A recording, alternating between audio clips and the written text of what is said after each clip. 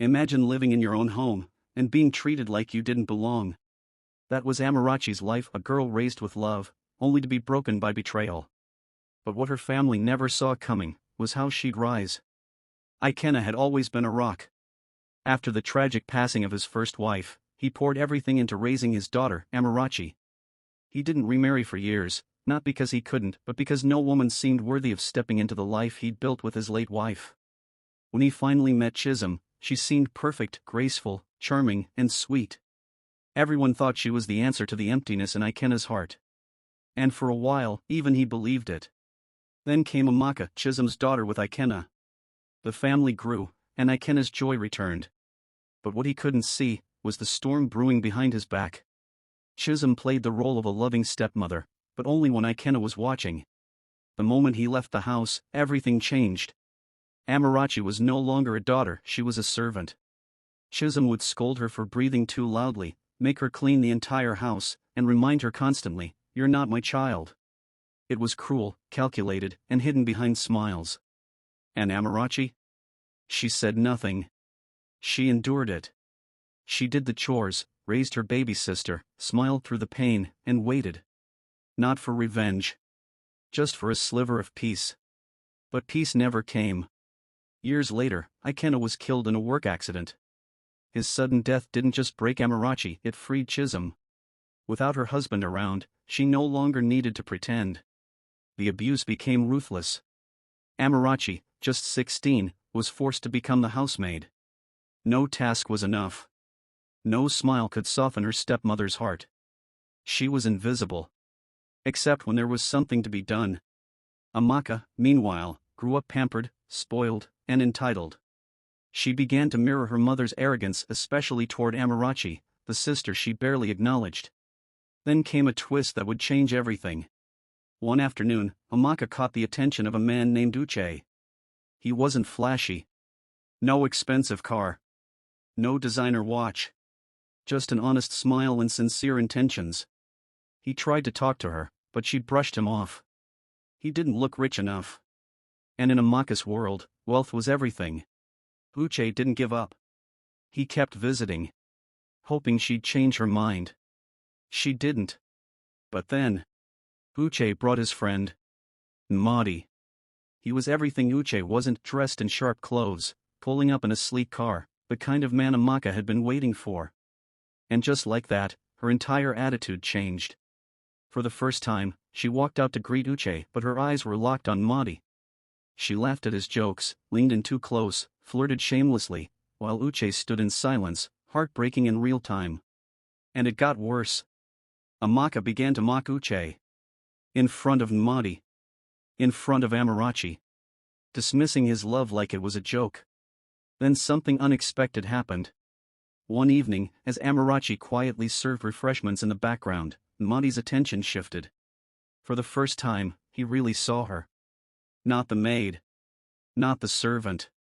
But a girl, quiet, graceful, and stunning in her simplicity. Who was she? He asked. Is she your sister? Amaka panicked. She's nobody, she snapped.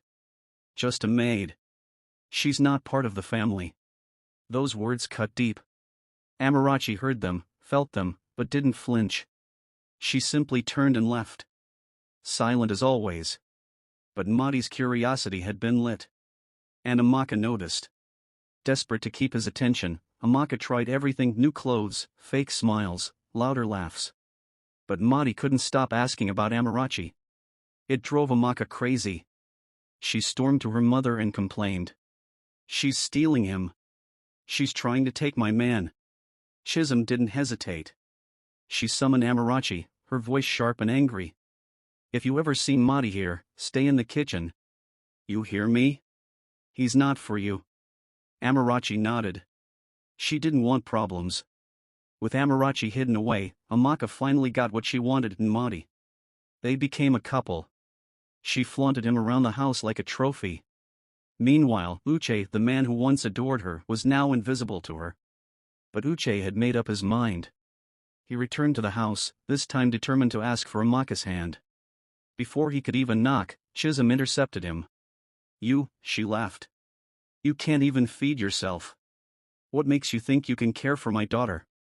Uche stood firm. I love her. Chisholm rolled her eyes. If you want to marry someone in this house, take Amarachi. She's the maid. That's your level. Then she said something that would haunt Amarachi for the rest of her life. She's cheap. You deserve each other. Uche froze. He looked at Amarachi, humiliated, quiet, but unbroken. And for the first time, he saw the truth. She wasn't weak. She was strong. She wasn't invisible. She was radiant. The next day, Uche returned. But this time, he wasn't there for Amaka. I've made my decision, he told Chisholm. I'm here for Amarachi. Chisholm, smug and satisfied, agreed.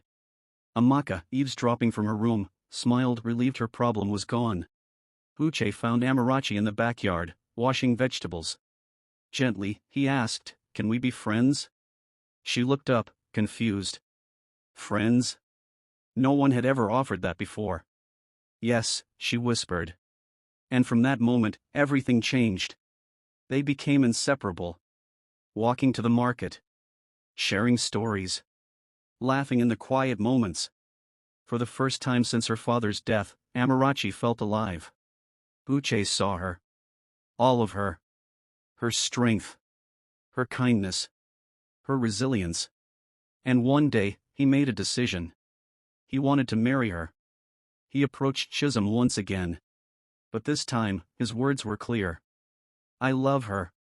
I want to give her a better life. Please, give me her hand. Chisholm waved him off. She's yours. But don't expect anything from me. That was fine. He wasn't marrying the family. He was marrying the girl they overlooked. Their wedding was simple, no fancy guests, no designer gowns.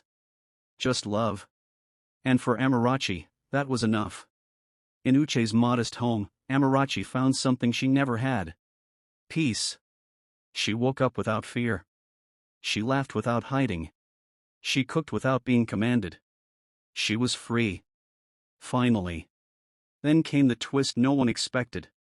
One morning, Uche told her, I want to take you somewhere. They drove for hours until they reached a massive estate, gates, gardens, marble floors. Amarachi stood frozen. Confused.